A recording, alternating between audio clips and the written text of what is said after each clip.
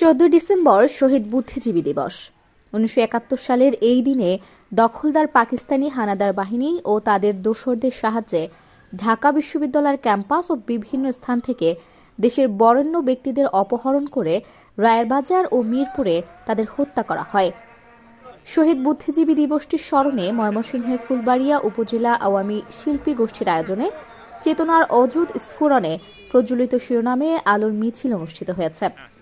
বৃহস্পতিবার সন্ধ্যার পরে উপজেলা শহরের আলম এশিয়া বাস টার্মিনাল প্রাঙ্গণ থেকে আলোর মিছিলটি শুরু হয়ে বাজারের প্রধান সড়ক প্রদক্ষিণ করে শহরের কেন্দ্রীয় শহীদ মিনারে মোমবাতি প্রজ্বলনের মাধ্যমে শেষ হয়। এতে অংশ নেন ফুলবাড়িয়া উপজেলা আওয়ামী লীগ সভাপতি অ্যাডভোকেট ইমদাদুল হক সেলিম, সাধারণ সম্পাদক হারুনুর রশিদ হারুন, সহসভাপতি ও পৌর মেয়র আলহাজ গোলাম কিবরিয়া এবং সাংগঠনিক সম্পাদক কেরামত আলী জিন্নাহ সহ অন্যান্যরা।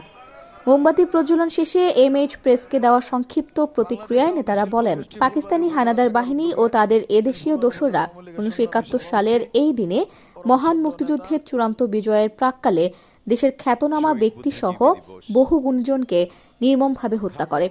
এই দিবসে দল মত নির্বিশেষে সবাইকে ঐক্যবদ্ধ হয়ে মানবতা বিরোধী, যুদ্ধাপরাধী এবং দেশ ও গণতন্ত্র বিরোধী অপশক্তির যে কোনো চক্রান্ত ষড়যন্ত্র প্রতিহত করে দেশের উন্নয়ন অগ্রযাত্রা এবং গণতন্ত্রের ধারাবাহিকতা অব্যাহত রাখতে হবে।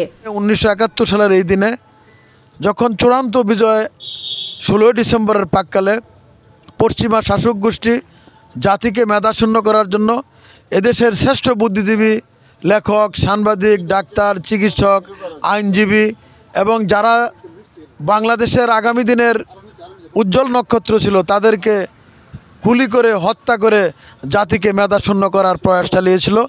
এই দিনে আমরা সেই সকল বুদ্ধিজীবীদের প্রতি বিনম্র শ্রদ্ধা জ্ঞাপন করছি এবং তাদের রুহের আত্মার মাগফিরাত কামনা করছি। এই বাংলাদেশের অগ্রযাত্রাকে থামিয়ে দেওয়ার জন্যে 71-এর পরাজিত শক্তি এখনও সক্রিয় আছে। আমরা আমাদের সেই শহীদ বুদ্ধিজীবীদের চেতনায় সমৃদ্ধ হয়ে তাদের সেই চক্রান্তকে রুখে দিচ্ছি এবং আগামীতেও রুখে দেব। এবং আমি মনে করি তাদের এই স্মরণ তখনই সফল হবে যখন তাদের চেতনায় আমরা নিজেদেরকে আলোকিত করে 71-এর সেই পরাজিত শক্তিকে সকল সময় পরাস্ত করতে পারব।